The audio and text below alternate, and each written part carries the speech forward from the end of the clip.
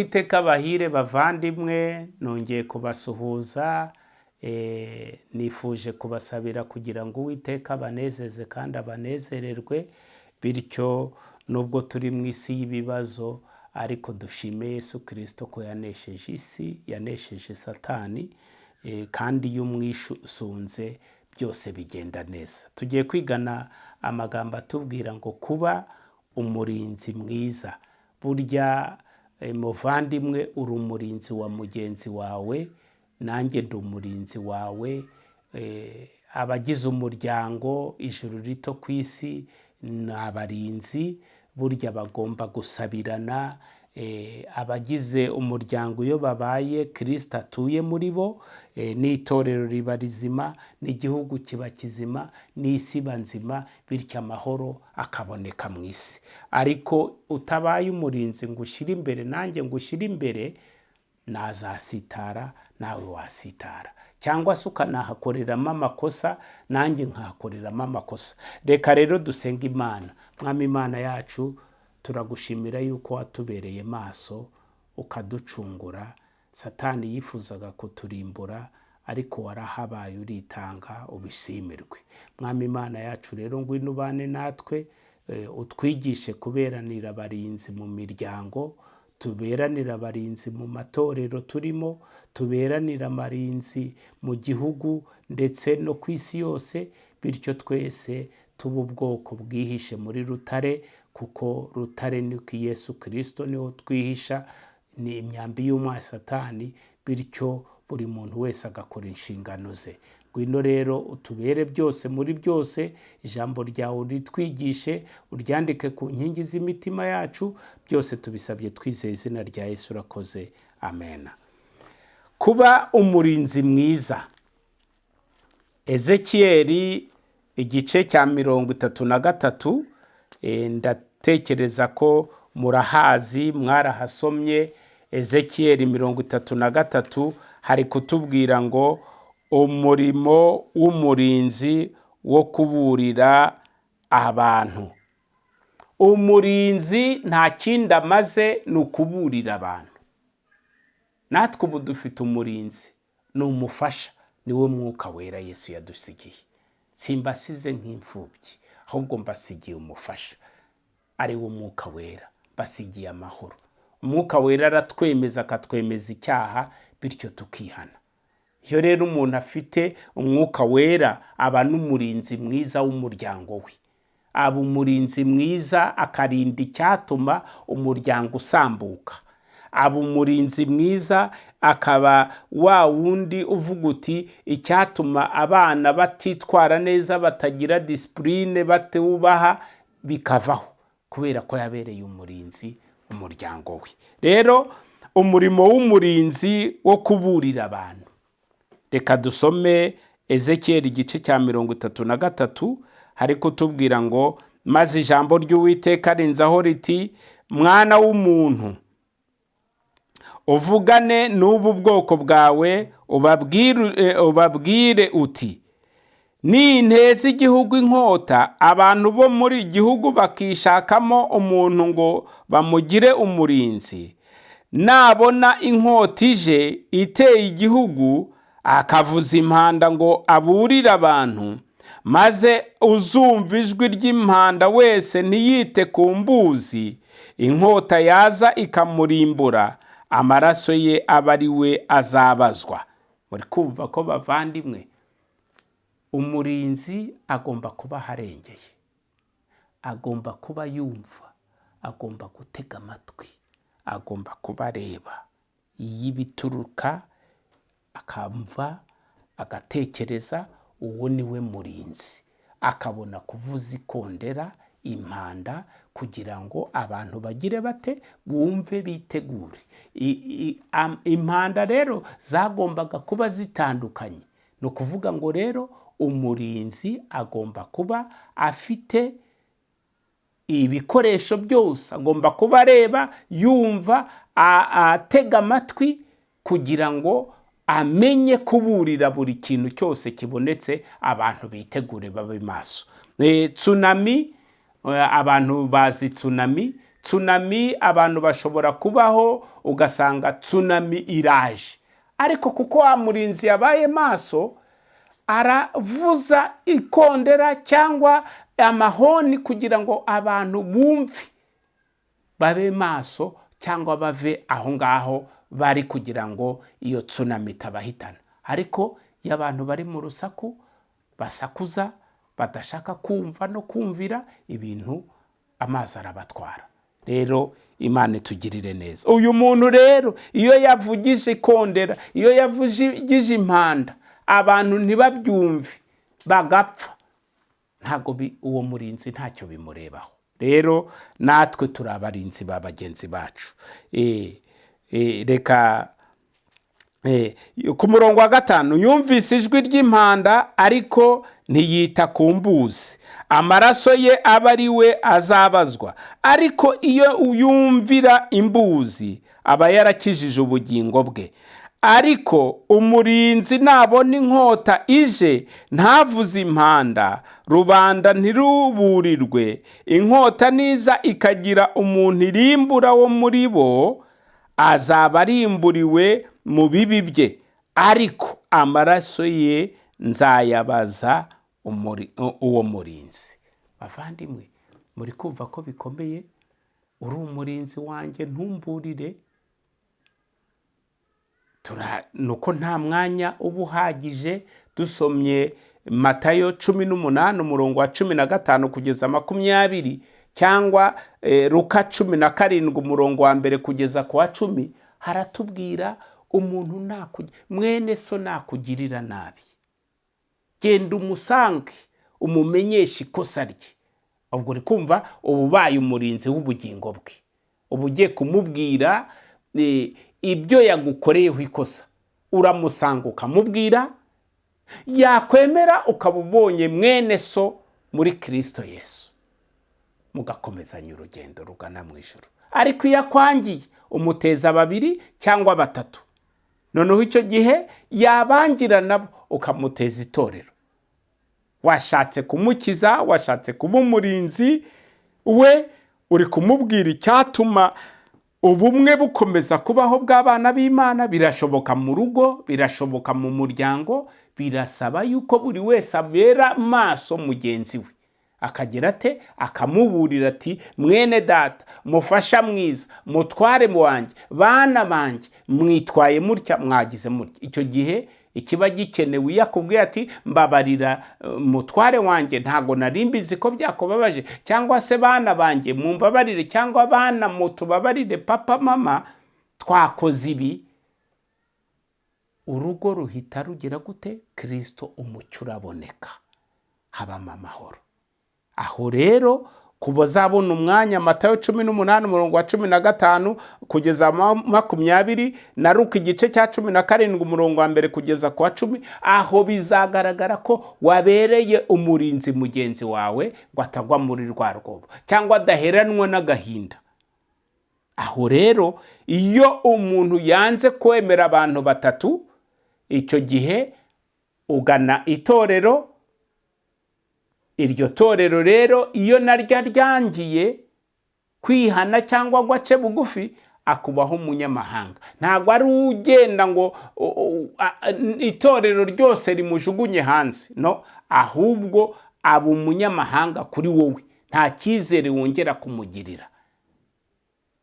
Imana itubabarire rero, iduhe kumenya ko turi abarinzi ba bene data. Ubu umuntu yangirira nabi cyangwa tukagirana ikibazo, tugahura ngo Yesu ashimwe, kandi mbizi ko mu mutima wanjye ntamwemera, burya nikosa cyane n'uburyarya. Ariko bibaye byiza ukaba intwari, ukamusanga uti, ariko mwene da, harya warambabaje, harya warankoshereje, yakwihana, ukaba ubonye mwene so, mugakomezanya urugendo. Rero Imana itugirire neza kugira ngo natwe twese tuba abarinzi ba bagenzi bacu, kugira ngo twe kuzarimbuka. Kuko umurinzi yataburiye umuntu, icyo gihe nubwo uriya muntu aguye mu byaha, ariko nawe azira kutamuburira. Imana rero idukize uburyarya, kuko ni ikintu kirimbuye isi. Umuntu murahura mukavugana ibintu nyamara mu mutima wazi ko atanabyakiriye. Umuntu ashobora kukubwira ngo ndakubabariye, wewe wakoze intambwe yo gusaba imbabazi, urahirwa, ariko wa wundi hari igihe nawe ashobora kukubwira yego nibyo, nyamara atakubabariye, mukajya muhura muryaryana. Imana iturengere, itubabarire, itugirire neza. Ku murongo wa 7 ngo nuko rero mwana w'umuntu, nagushyiriyeho kuba umurinzi w'umuryango wa Isirayeli, nuko wumva ijambo riva ku kanwa kanjye, ubanyihanangiririze. Nimbwira umunyabyaha nti wa munyabyaha we gupfa ko uzapfa, maze nawe ntugire icyo uvuga ngo cyo kuburira umunyabyaha ngo ave mu nzira ye, uwo munyabyaha azapfa azize ibyaha bye, ariko amaraso ye ni wowe nzayabasa. Birateye ubwoba. Ariko nuburira umunyabyaha ngo ahindukire ave mu nzira ye, nadahindukira ngo ave mu nzira ye azapfa azize ibyaha bye, ariko weho uzaba ukijije ubugingo bwawe. Uri kumva se bidakaze? Kujya mu ijuru ni ukwigomwa, ni ukwiyanga, ukavuga ukuri nk'uko kuri mu mutima wawe. Zaburi ya 15 umurongo wa 1 kugeza ku wa 3. Ninde uzaba mu ihema? Ninde uzaba ku musozi wawe wera? Nuvuga iby'ukuri nk'uko biri mu mutima we, ntabeshyeresha abandi ururimi rwe, uwo muntu arahirwa. None ngewe nanjye umunyabyaha cyangwa umuntu twagiranye ikibazo, ngomba kumubera umurinzi, nkamubwira mwene da iba ariko ahari. Kuri iki gihe biragoye, ariko n'ubutwari kubivuga, kuvuga ukuri kw'ijambo ry'Imana. Nuko rero mwana w'umuntu, ubwira umuryango wa Isirayeli uti, uku niko mvuga ngo ibicumuro byacu n'ibyaha byacu nitwe biriho, kandi bitwica nabi. None se twabasha dute kubaho? Ubabwira uti, umwami Uwiteka aravuga ati, ndirahiye sinezezwa no gupfa k'umunyabyaha, ahubwo nezezwa nuko umunyabyaha ahindukira akava mu nzira ye maze akabaho. Nimuhindukire mugaruke muve mu nzira zanyu mbi. Kuki mwarinda gupfa mw'ab'inzu ya Isirayeli mwe?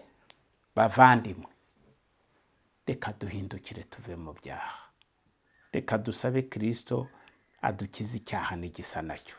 Reka dutaruke ku murongo wa 30, ariko tubwira ngo kandi nawe w'icyo gice cya Ezekiyeli 33 umurongo wa 30, kandi nawe mwana w'umuntu, ubu bwoko bwawe bavugira ibyawe ku nkike no mu miryango y'amazu, umwe avugana n'undi, umuntu wese na mugenzi we, bati nimuze tujye kumva ijambo rivuzwe n'Uwiteka iryo ari ryo, maze bakagusanga nk'uko rubanda ruza, bakicara imbere yawe nk'uko ubwoko bwanjye, kandi bakumva amagambo yawe, ariko ntabwo bayakurikiza, kuko berekanisha ururimi rwabo urukundo rwinshi, nyamara umutima wabo ukurikira inyuma yabo bombi.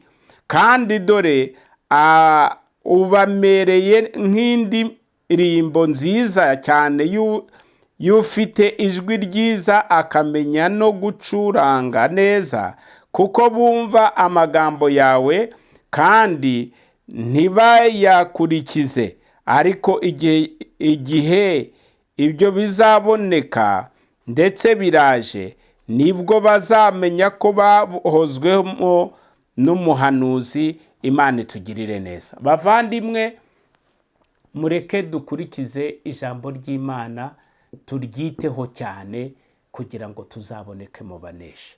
Imana ni nziza kandi ni urukundo.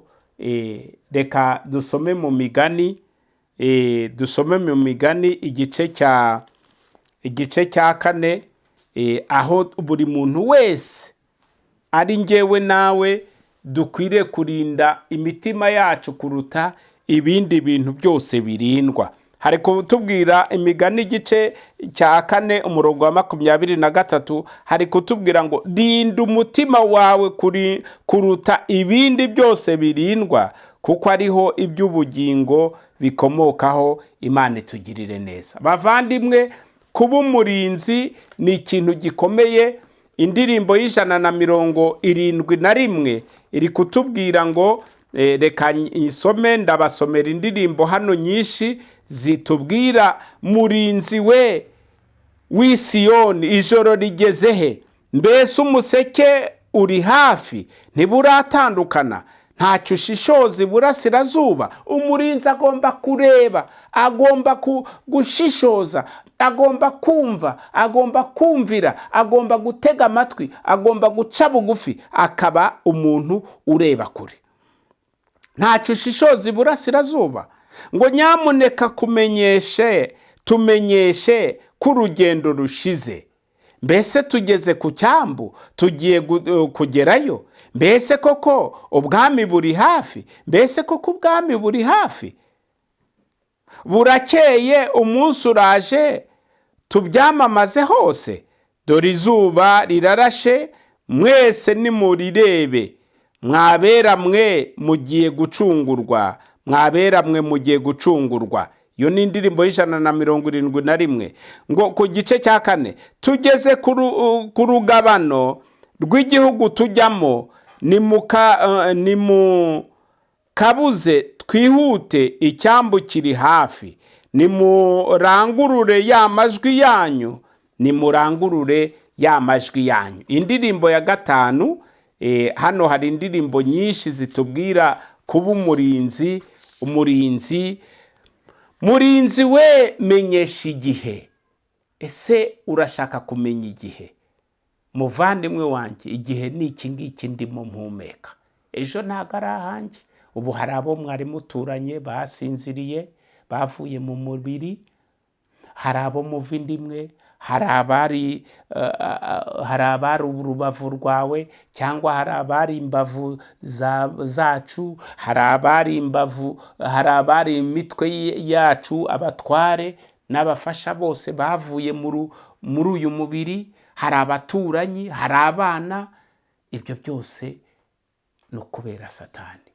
Tube maso rero, kuko igihe dufite ni iki ngiki. Umuntu agihumeka. Burya umuntu agihumeka aba ashobora kwiyunga na Kristo, aba ashobora kuba umurinzi muzima, aba ashobora kuba umurinzi w'umuryango we, aba ashobora kuba umurinzi w'itorero, aba ashobora kuba umurinzi w'igihugu, aba ashobora kuba umurinzi w'isi, aba ashobora kuba umurinzi w'ubugingo bwe, kuko ubugingo bwacu tugomba kububera amaso. Kera Nowa yabaje inkuge, yinjira mu biti bibajwe, ariko ubu ugomba kuba maso, ukaba umurinzi w'umubiri wawe. Inkuge twinjiramo ni Kristo, niwe uri kuduhamagara. Mwese abarushye n'abaremerewe, muze munsange ndabaruhura. Murinzi we, menyesha igihe. Mbese iwacu ni muhero? Ati ijoro ryijimye cyane, ariko buracya. Ntukarire, gumya ugende, nturorere kwiringira, kugeza igihe uzasohora mu munsi uhoraho. Ngo murwanyi we, cyo mbwira nawe. Ansubiza yitonze ati, intambara igiye gushira, guma ku rugamba. Wibabara, ihangane, wireke imirimo yawe, kuko tuzabona ibihembo tumaze gutsinda. Ngo ndacyabaza ibyaremwe byose binsubiza bitya biti, iyi si igiye guhanguka, haza indi idashira. Ngo ntukarire, ibimenyetso byerekana aho tugeze, kandi ibintu byose byaremwe biritega impanda. Ngo imuhira ubu ni bugufi, tunezerwe mu mitima yacu, mu mitima duhumure ko tuzakira, dushira agahinda. Ntukarire, tuzabana, amakuba azabashize, ntabwo tuzabura amahoro mu rugo rwa Data. Imana itugirire neza. Indirimbo nimero ya mbere iri kutubwira ngo murinzi we vuza impanda. Umurinzi agomba kuvuza impanda. Umurinzi jya uvuza impanda uhana umuntu wese ngo uzumvi izo nkuru nziza yihana akizwe ibyaha. Ngo murinzi we vuza impanda yivuze cyane hose, menyesha bose ubutumwa imbohe zibohorwe. Burya umurinzi agomba no kuvuga ubutumwa imbohe zikabohorwa, imitima ikaba mizima. Ngo yivugirize mu mpinga, mu ishyamba, mu gisiza ndetse no mu nyanja hose bamenya ko gakiza. Yivugirize mu nzira, mu rwiherero hose, Data arabategereje ntacyo ataringanije. Uyivugirize indembe nazo zikizwa ibyaha. Yesu arabatumira ati nimuze mbaboneze. N'indembe zigomba kuvugirizwa impanda, zigomba kubwirwa. Imana itugirire neza. Nge ndi umurwayi ukeneye muganga, ni Kristo. Ijambo ry'Imana riratubwira ngo twese twakoze ibyaha ntitwashyikira ubwiza bw'Imana, ariko Yesu Kristo arahamagara kugira ngo adutabare, aturokore, adukize ibyaha, adukize ubwo burwayi, bityo twese tuzaboneke mu banesha. Indirimbo y'154 ari nayo ya nyuma iri kutubwira murinzi we ngaho mbwira. Murinzi we ngaho mbwira, mbese bugiye gucya, nta bimenyetso urabona ko umwami yegereje. Mugenzi we haguruka, umuseke uratambitse, cyo kenyera maze ukeshe, haguruka bwakeye. Murinzi we dore umucyo ukomeje kugwira, reba nawe ibimenyetso bitangaza kuza kwe. Ubwo impanda zizavuga abapfuye bazazuka, ubutazongera gupfa bibanire n'umwami. Murinzi we vuza impundu, igihe kirageze. Mwese nimurangurure mu byamamaze hose. Mugenzi we nawe reba ubwami bugeze hafi, ngiriya Yerusalemu irarabagirana. Murinzi muri uwo murwa w'igikundiro rwose, niho umwami w'i Siyoni ategerereje. Ubwami bwe buragutse, buhetuye iyi si yose, ni ubwami budahanguka, hahirwa ababujyamo. Imana ishimwe. Murinzi dore igihugu cy'uburumbuke cyane, gihora kimeze neza nka Edeni ya kera. Gira bwangu ntuzarire, hasigaye igihe gito, abacungujwe amaraso bakagerayo vuba. Imana itugirire neza. Mwami Imana yacu, turagushimiye kubw'uburinzi wadushyizeho ubwo watangaga Yesu Kristo kugira ngo yongera ducungure, yongera twunge n'ijuru, yongera agarure isura twari twatakaje kubera umwanzi Satani. Turakwigize ngo tubere abarinzi b'ingo zacu kugira ngo tugire urugo, ijuru rito ku isi, ryubakiye kuri Kristo, ryubakiye kuri rutare. Duha ubushobozi rero, nk'uko watubwiye ngo dore mpagaze ku rugi ndakomanga, umuntu niyumva ijwi ryanjye agakingura, nzinjira iwe dusangire. Ndakwingize kugira ngo ubane natwe. Zakayo yuriye igiti arurira, maze arakubona, bityo uramubwira ngo ururuka kuko uri ijoro ndarara iwawe. Natwe turakwigize kugira ngo urare mu mitima yacu, ube muri twebwe, udukoreshe ibyiza, tube abarinzi ba bagenzi bacu. Twe kwikunda, ahubwo dukunde bagenzi bacu nk'uko twikunda, bityo twese tuzaboneke mu banesha. Urakoze rero kuko uri rubasha. Komeza kurinda ubwoko bwawe, komeza kurinda abatari bakomenya, komeza kurinda bakomenye, twese utuboneze, bityo twese duhumuka amaso, ducuru twambike, bityo uture mu mitima yacu, tuzaboneke mu banesha. Tutaravumbura umuntu ubuze ibyo dukennye, ibyo ubona byatugirira umumaro, abari byo duhana n'abakwizera bose, tubyambaje tubisabira mu izina rya Yesu. Urakoze. Amen.